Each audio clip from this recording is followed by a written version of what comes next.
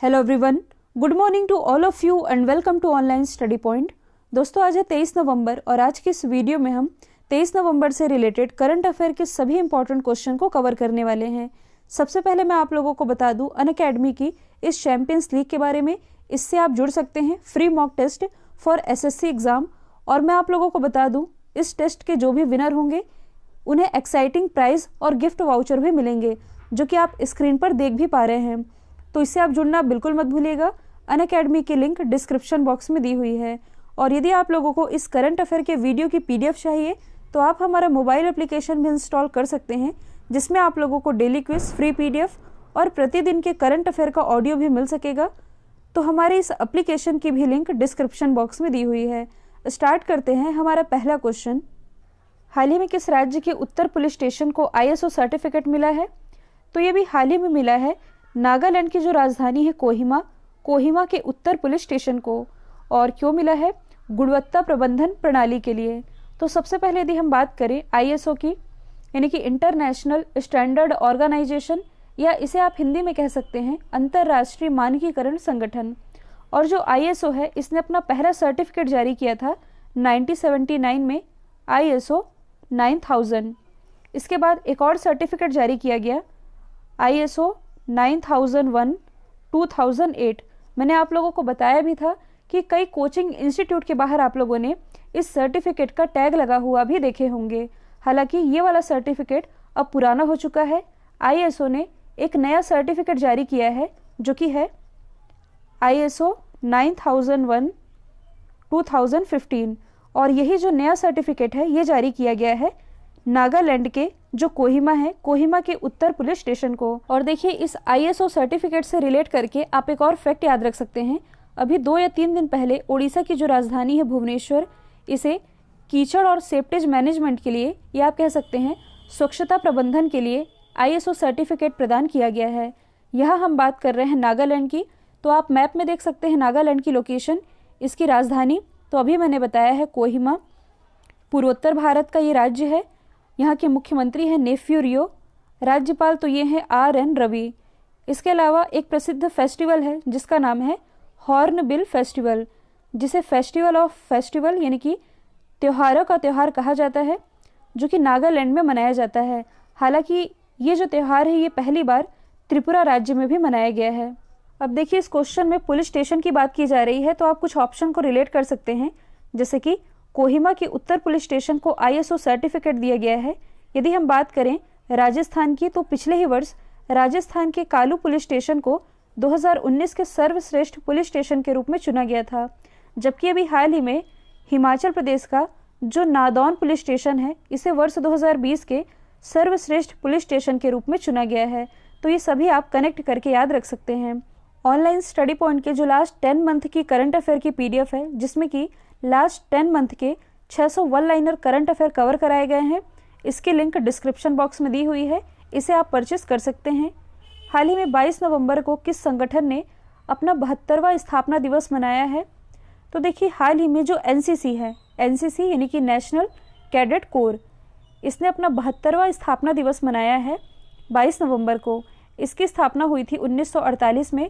उस हिसाब से यदि देखा जाए तो हाल ही में इसका ये 72वां स्थापना दिवस था। इसके डायरेक्टर जनरल कौन है? तो ये हैं राजीव चोपड़ा जी। इसके अलावा एनसीसी, इसका मोटो क्या है? तो ये है यूनिटी एंड डिसिप्लिन। तो ये भी आप याद रखेंगे। यदि हम अदर ऑप्शन को डिस्कस करें, यदि हम बात करें बीएसएफ की, बीएसएफ यानी कि बॉर्डर सिक्योरिटी फोर्स, इसकी स्थापना हुई थी 1 दिसंबर 1965 में। और यदि इस हिसाब से देखा जाए तो अभी आने वाला जो दिसंबर है इसमें बीएसएफ अपना 56वां स्थापना दिवस मनाएगा। यदि हम बात करें सीआरपीएफ की, यानी कि सेंट्रल रिजर्व्ड पुलिस फोर्स की, तो इसकी स्थापना हुई थी 27 जुलाई 1939 में। और अभी हाल ही में जुलाई के महीने में जो सीआरपीएफ है इसने अपना 81वां स्थापना दिवस मनाया है। जबकि जो एनएसजी है यानी कि नेशनल सिक्योरिटी गार्ड, इसकी स्थापना हुई थी 1984 में और इस वर्ष इसने अपना 36वां स्थापना दिवस मनाया है। तो ये सभी आप याद रखेंगे। हाल ही में Vatayan life time achievement award से किसे सम्मानित किया गया है? तो ये भी हाल ही में सम्मानित किए गए हैं रमेश पोखरियाल जी, जो कि प्रेजेंट टाइम में हमारे मानव संसाधन विकास मंत्री हैं। हालांकि मानव संसाधन विकास मंत्रालय का नाम बदल करके शिक्षा मंत्रालय कर दिया गया है। अब यदि हम बात करें Vatayan life time achievement award की, तो देखिए ये जो पुरस्कार है ये लंदन के वातायन यूके संगठन के द्वारा दिया जाता है। किन्हें दिया जाता है? तो कवियों, लेखकों और कलाकारों को उनके क्षेत्र में किए गए उल्लेखनीय कार्यों के लिए यह सम्मान दिया जाता है। अब आप लोग ये सोच रहे होंगे कि रमेश पोखरियाल जी ये तो एक पॉलिटिशियन है, इन्हें यह अवार्ड क्यों दिया गया है? तो देखिए इनकी एक कहानी संग्रह है जिसका नाम है जस्ट ए डिज़ायर।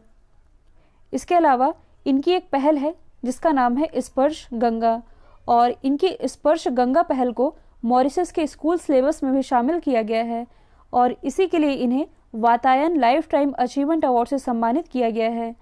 अच्छा, रमेश पोखरियाल जी इनकी कॉन्स्टिट्यूंसी क्या है, यानी कि निर्वाचन क्षेत्र? तो ये है हरिद्वार उत्तराखंड। यदि हम अदर ऑप्शन को डिस्कस करें तो हाल ही में जो रतन टाटा जी है इन्हें IACC यानी कि Indo American chamber of commerce के द्वारा लाइफ टाइम अचीवमेंट अवार्ड से सम्मानित किया गया है। यदि हम बात करें रस्किन बॉन्ड की, जो कि एक प्रसिद्ध राइटर है, इन्हें भी हाल ही में Tata literature life time achievement award से सम्मानित किया गया है।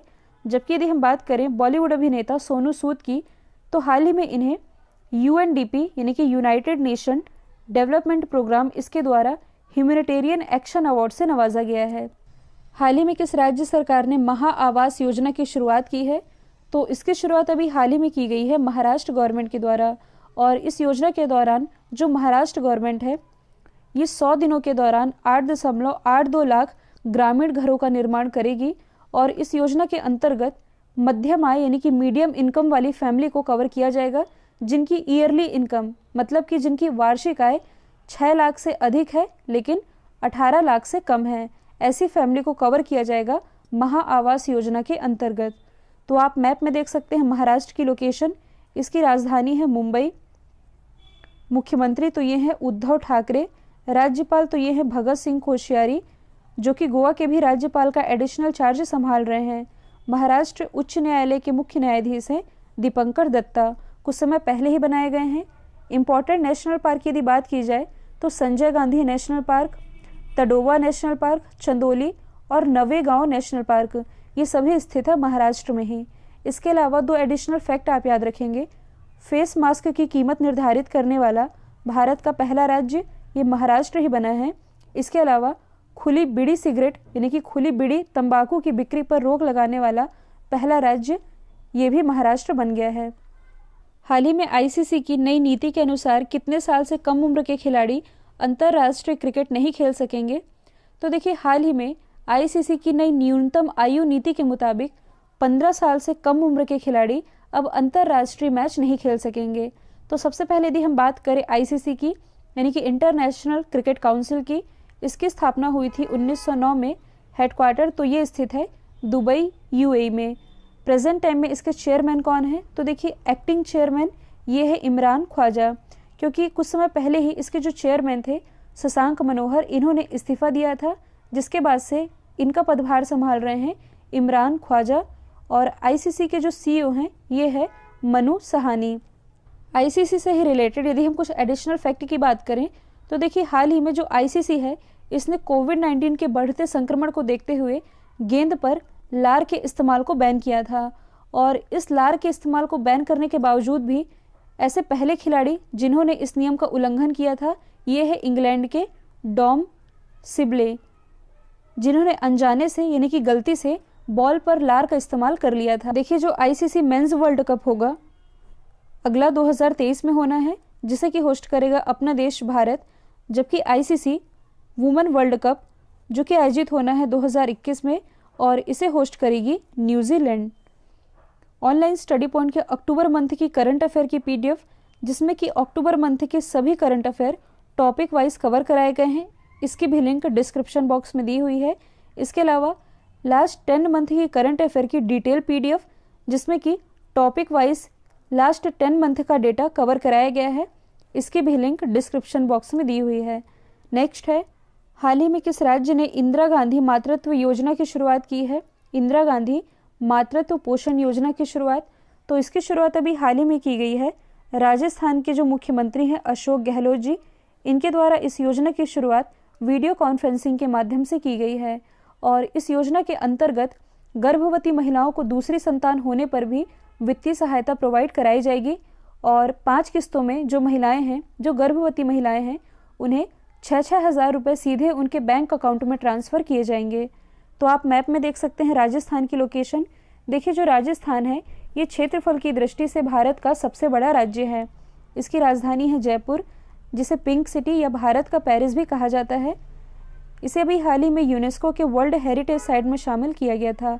मुख्यमंत्री अभी मैंने बताया है अशोक गहलोत जी। राज्यपाल तो ये हैं Kalraj Mishra. Important national park की यदि बात की जाए तो Ranthambore, Keoladeo, Sariska national park, wild life sanctuary, Jawahar Sagar wild life sanctuary, ये सभी स्थित है राजस्थान में ही। इसके अलावा हाल ही में राजस्थान गवर्नमेंट के द्वारा इंदिरा रसोई योजना की शुरुआत की गई थी, जिसके अंतर्गत गरीबों को 8 रुपये में भरपेट भोजन प्रोवाइड करा रही है राजस्थान गवर्नमेंट। जो राजस्थान है ये बायोफ्यूल पॉलिसी यानी कि जैव ईंधन नीति लागू करने वाला भारत का पहला राज्य भी है।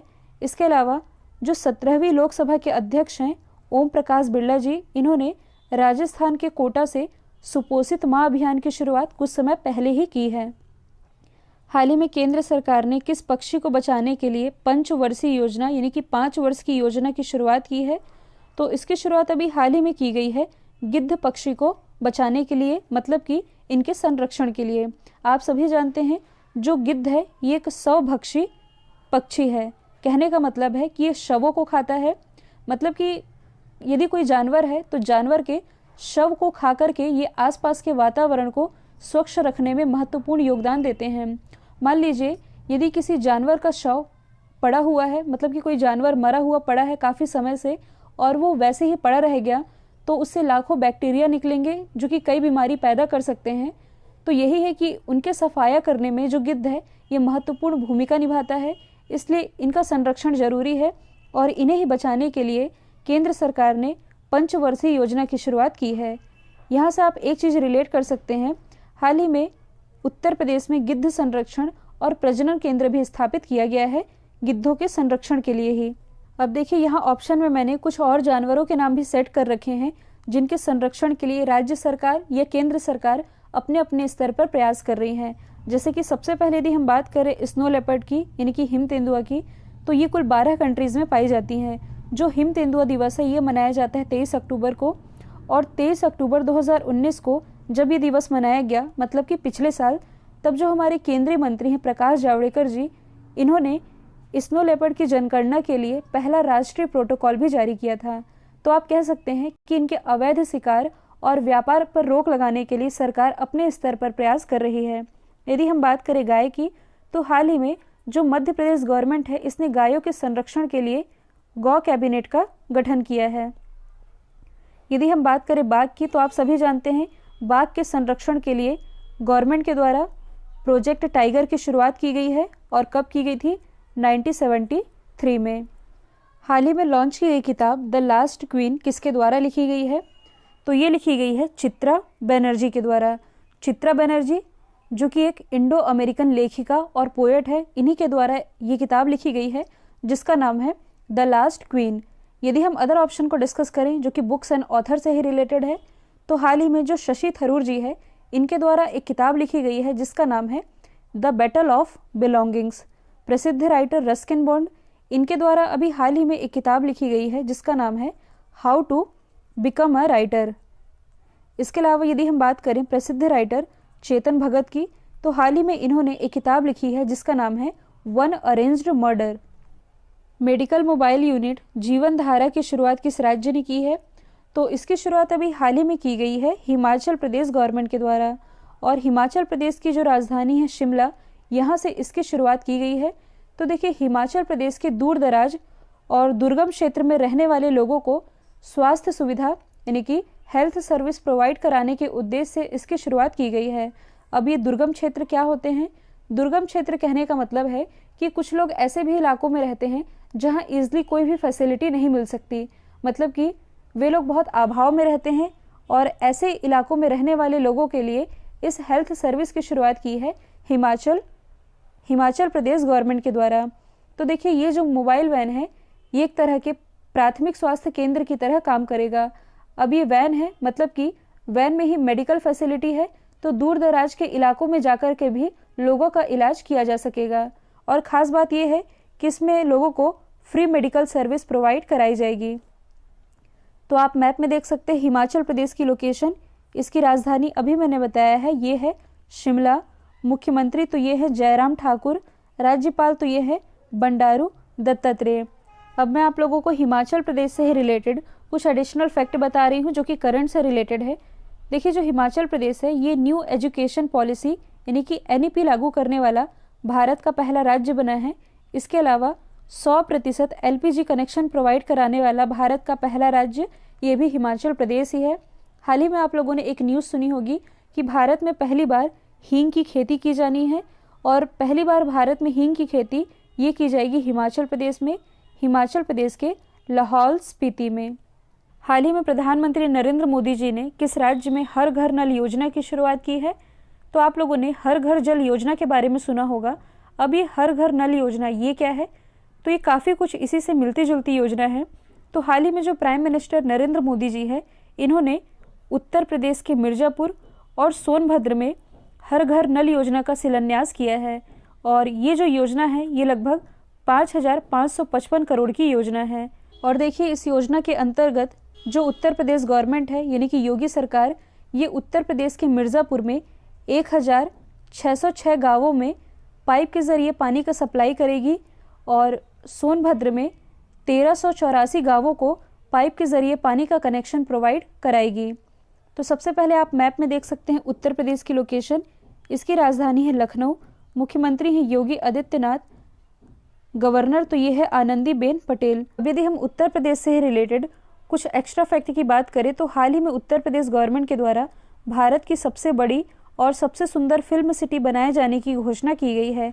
इसके अलावा हाल ही में जो उत्तर प्रदेश है इसे मछली पालन के क्षेत्र में सर्वश्रेष्ठ राज्य का अवार्ड मिला है, जबकि पूर्वोत्तर राज्यों की कैटेगरी में यह अवार्ड मिला है असम को और समुद्री क्षेत्र में यह अवार्ड मिला है ओडिशा को।